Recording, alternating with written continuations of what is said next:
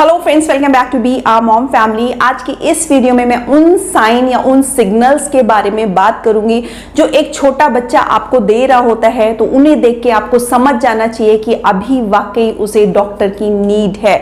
आप लोग जानते हो जब बच्चा छोटा होता है वो कुछ कह नहीं सकता, कुछ बोल नहीं सकता, सिर्फ कुछ इंडिकेट कर सकता है, कुछ साइंस दे सकता है जिसे आपको समझना जरूरी होता है।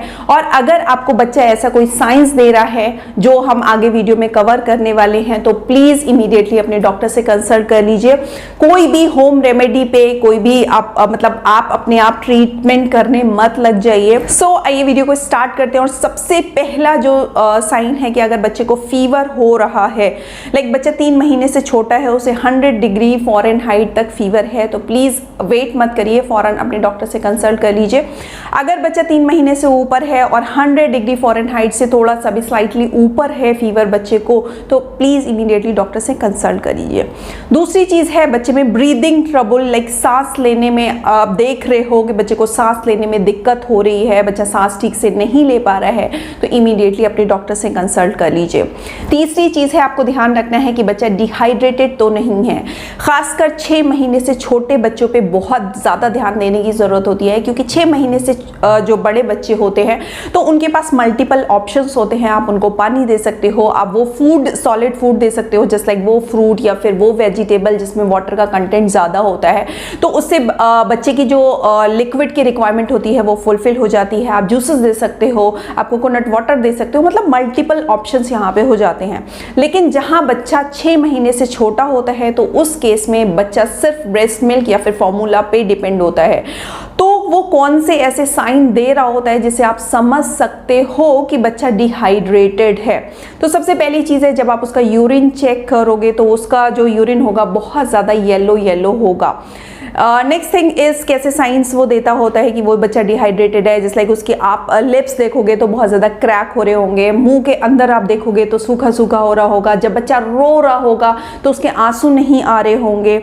इसके साथ में मोस्ट इंपॉर्टेंट कि बच्चा कितने डायपर अपने गीले कर रहा है, क्योंकि नॉर्मल जो डायपर्स होते हैं उसमें ये चेक कर पाना मुश्किल होता है कि बच्चे ने कितनी बार पी की है। उसके वेट के हिसाब से आप देख सकते हो कि कितनी पी की है, लेकिन फिर भी इतना आसान नहीं हो पाता है कि बच्चे की पी को चेक करना वेट के अकॉर्डिंग। तो मार्केट में बहुत सारे प्रीमियम डायपर अवेलेबल हैं जिसमें अगर बच्चा एक बार यूरिन पास करता है तो उसमें एक येलो कलर की लाइन आ जाती है जिससे आप पता कर सकते हो कि बच्चे ने यूरिन पास कर दिया है। तो ऐसे चेक कर सकते हो कि बच्चे ने कितनी बार यूरिन पास किया है। लेकिन अगर आप वो डायपर यूज़ नहीं कर रहे हो, क्योंकि हर कोई उसको अफोर्ड नहीं कर सकता है, थोड़े से एक्सपेंसिव होते हैं, तो उस केस में आप बच्चे को एक दिन खुला छोड़ के देखिए और देखिए कि बच्चा 6 से 7 बार या 8 बार बच्चा अगर यूरिन पास कर रहा है, दैट मीन्स वो डिहाइड्रेटेड नहीं है। लेकिन अगर ऐसा नहीं है तो इमीडिएटली आपको अपने डॉक्टर से कंसल्ट करना है कि कहीं आपका बच्चा डिहाइड्रेटेड तो नहीं है। अगला साइन वो दे रहा होता है कि उसके सर पे आप नोटिस करोगे कि हल्का हल्का सॉफ्ट स्पॉट आप नोटिस करोगे कि अगर ऐसा कुछ आप देख रहे हो उसके हार्ट पे, दैट मीन्स कि बच्चा डिहाइड्रेटेड है, उसको डॉक्टर की नीड है। फोर्थ इज कि बच्चे को अक्सर डायरिया हो जाना, लाइक बच्चे को फ्रीक्वेंटली डायरिया हो रहा है, बहुत सारे 6 से 7 एपिसोड फ्रीक्वेंटली जल्दी फटाफट से हो रहे हैं कि बच्चे को डायरिया हो जा रहा है। बच्चे को जब भी डायरिया हो रहा है तो 24 से 48 घंटे हो जाते हैं, उसको कोई रिलीफ नहीं मिलता है, बच्चे को वॉमिट हो रही है, तो प्लीज अपने डॉक्टर से कंसल्ट कर लीजिए, ज्यादा वेट मत करिए। Now the fifth one is कि बच्चों के पेट में दर्द होना। एक्चुअली जब बच्चे छोटे होते हैं, खासकर 20 दिन से ऊपर के जो बच्चे होते हैं, उनको गैस की प्रॉब्लम बहुत ज़्यादा परेशान करने लगती है, उनको स्टार्ट कर देती है परेशान करना, क्योंकि बच्चे का मूवमेंट कुछ नहीं हो रहा होता है, वो सिर्फ मिल्क ले रहा होता है या फॉर्मूला ले रहा होता है। तो ऐसे केस में उनके बहुत ज़्यादा गैस बनती है, गैस की प्रॉब्लम उन्हें बहुत परेशान करती है, जिसकी वजह से उनके पेट में बहुत ज़्यादा दर्द होता है, उनके मरोड़े पड़ती हैं, कभी वो पैर अपने ऊपर कर रहे होते हैं, कभी वो बहुत ज़्यादा अनकंफर्टेबल, बहुत ज़्यादा रोना स्टार्ट कर देते हैं। दैट मीन्स अगर आप उसका पेट को ऐसे दबा के देख रहे होते हो तो एकदम फूला फूला सा नजर आ रहा होता है, गैस पास नहीं हो रही होती है, तो ऐसे केस में आपको अपने डॉक्टर से कंसल्ट करने की जरूरत है। Now the sixth one is umbilical cord में कोई प्रॉब्लम होना, यानी कि जो नाभि नाल होती है, जब बच्चे का बर्थ होता है तो उसको कट करके वहां पे क्लिप लगा दिया जाता है, तो उसमें अगर आप कहीं देख रहे हो कोई पस है या फिर ब्लीडिंग हो रही है, तो प्लीज आप अपने डॉक्टर से कंसल्ट करिए।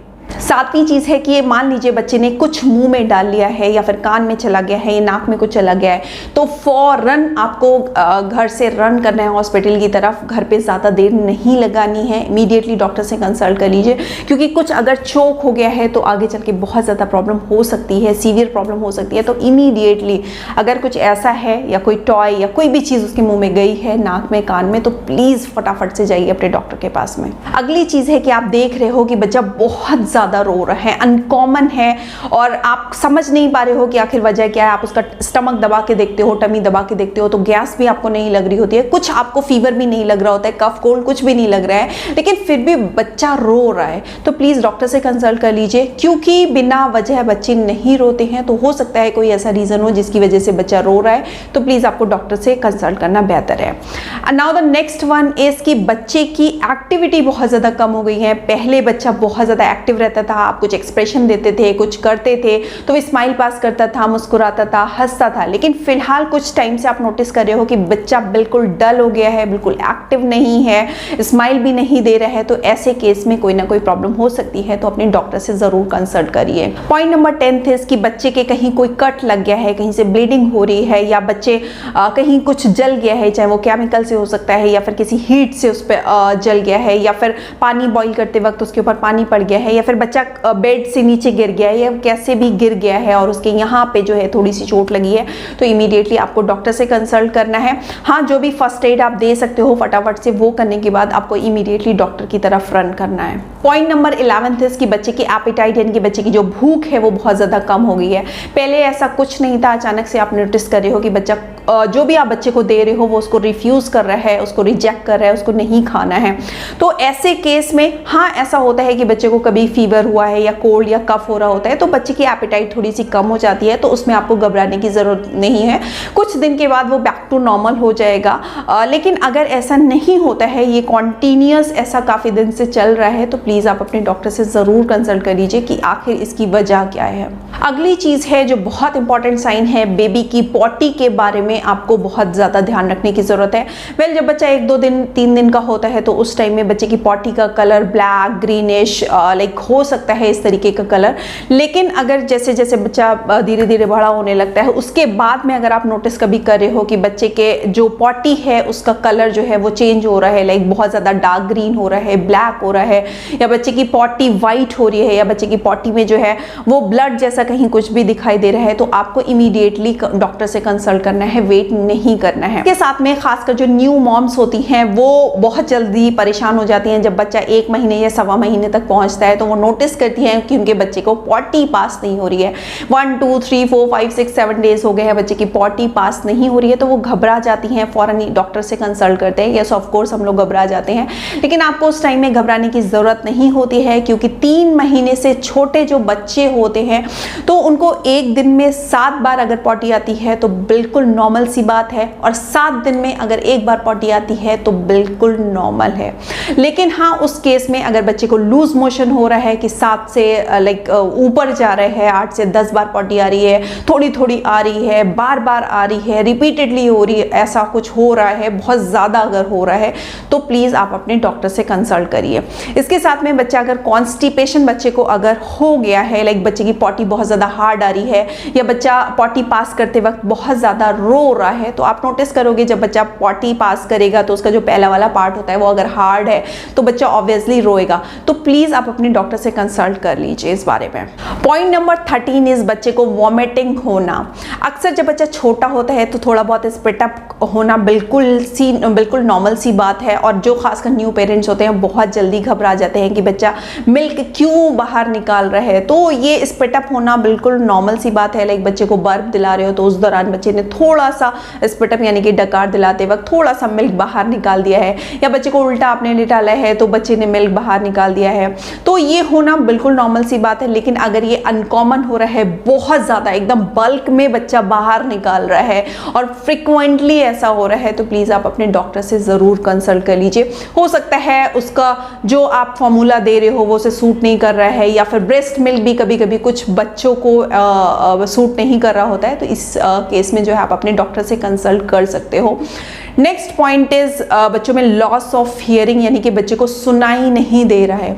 अब ऐसे बच्चा, क्योंकि बच्चा बहुत छोटा होता है, वो कुछ नहीं बता सकता, तो आप कैसे समझें कि बच्चे जो है वो सुन नहीं पा रहा है। तो अक्सर आप अगर घर में देख रहे होगे तो बच्चा जब छोटा होता है तो घर में सीटी, कुकर की सीटी बज रही होती है, या बहुत तेज एकदम अचानक से आवाज आ जाती है, कोई बर्तन गिर जाता है नीचे तो एकदम बच्चा चौंक जाता है, घबरा जाता है। अक्सर मेरे बेटे के साथ ऐसे होता था कि कुकर की जब सीटी बजती थी तो वो एकदम घबरा जाता था। दैट मीन्स कि उसको मतलब सुनाई दे रहा है।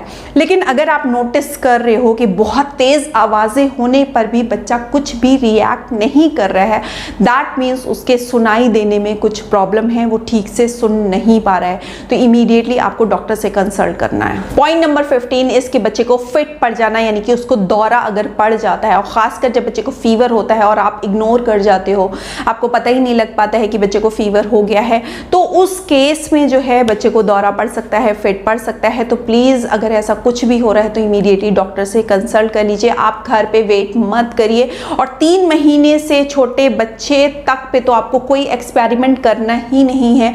मैं तो कहूंगी कि बच्चा जब भी बड़ा भी होता जाता है तो भी आपको एक्सपेरिमेंट या होम रेमेडीज पे ज्यादा फोकस करने की जरूरत नहीं होती है।